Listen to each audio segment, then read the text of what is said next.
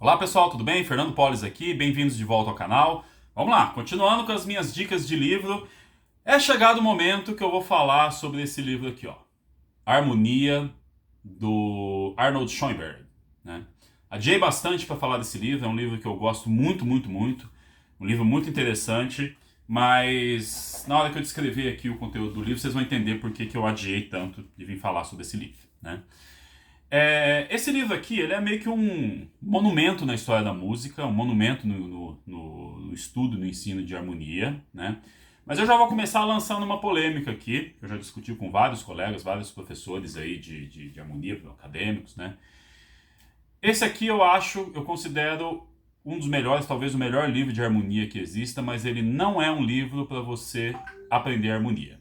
Vou explicar. Talvez não seja um livro para você. O que eu quero dizer com isso é que não é um livro para você, estudante zerado, não conhece nada de harmonia.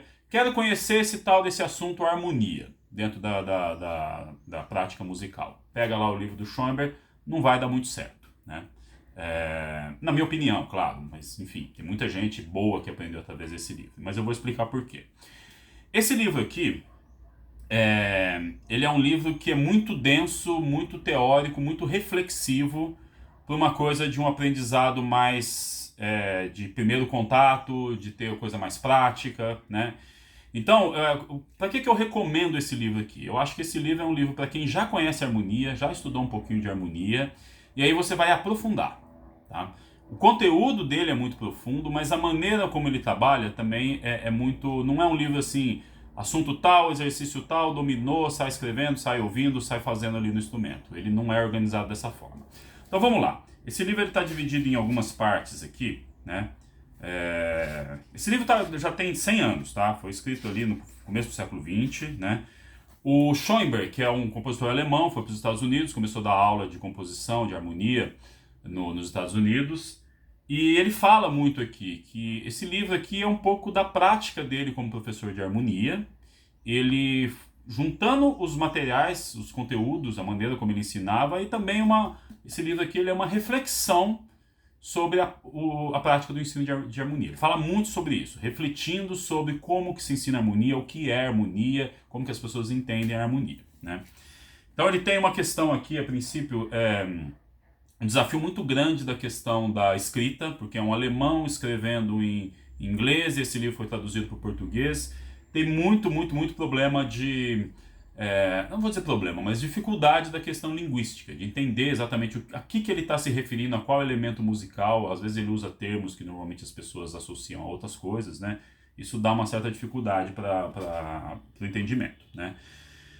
Então, olha só como é que ele está organizado. Primeiro capítulo ali, teoria ou sistema expositivo. Então ele já começa com uma reflexão assim do tipo, a teoria musical ela é um sistema ou ela está demonstrando uma observação de uma prática, né? E entra nessa coisa tanto a teoria quanto a harmonia, enfim, né?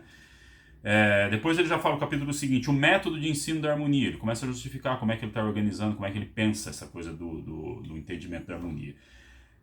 Conceito, terceiro capítulo aqui, a ideia de consonância e dissonância. Isso aqui é fundamental para você entender a maneira como ele abordou o livro e como que ele está pensando na organização do livro, né?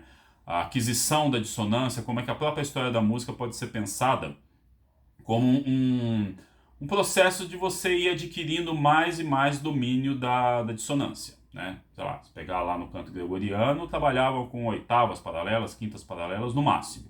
Aí começa a adquirir ali as consonâncias perfeitas, as consonâncias imperfeitas, as dissonâncias mais ou menos fortes, mais extremas, e aí ao longo da história da música, os estilos musicais vão incorporando cada vez mais dissonância, consequentemente tornando a harmonia cada vez mais complexa, né?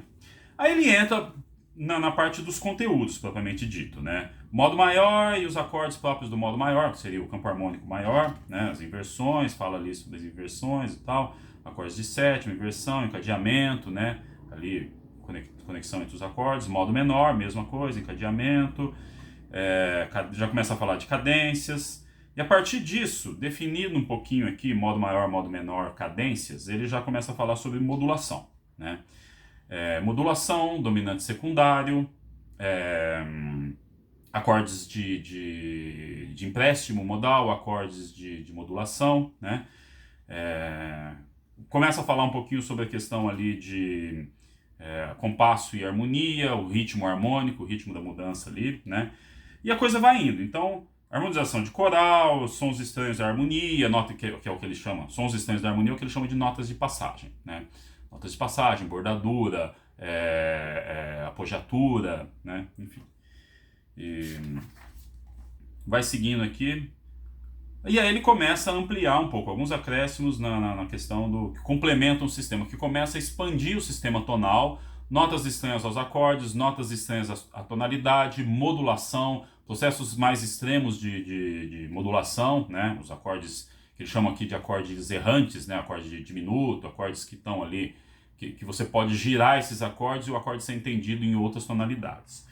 E aí ele chega até o limiar da tonalidade, começa a analisar coisas ali do Wagner, tal, do final do século XIX, já preparando para o entendimento de uma prática musical que já não é mais tonal, que inclusive foi a prática do Schoenberg como compositor. Ele é associado ao sistema dodecafônico, um sistema que não é tonal, certo? Acordes por quartas, outros sistemas ali, tudo através ali da expansão, da exploração da série harmônica, né? Então, ele fala que tem algumas coisas que envolvem exercício, tem algumas coisas que envolvem reflexão histórica, tem algumas coisas que envolvem reflexão acústica, pensando ali na série harmônica, da onde que vem certos intervalos, certas dissonâncias, né? Então ele é um livro assim, o cara que estuda acústica tem que conhecer isso aqui. O cara que estuda história da música tem que conhecer isso aqui.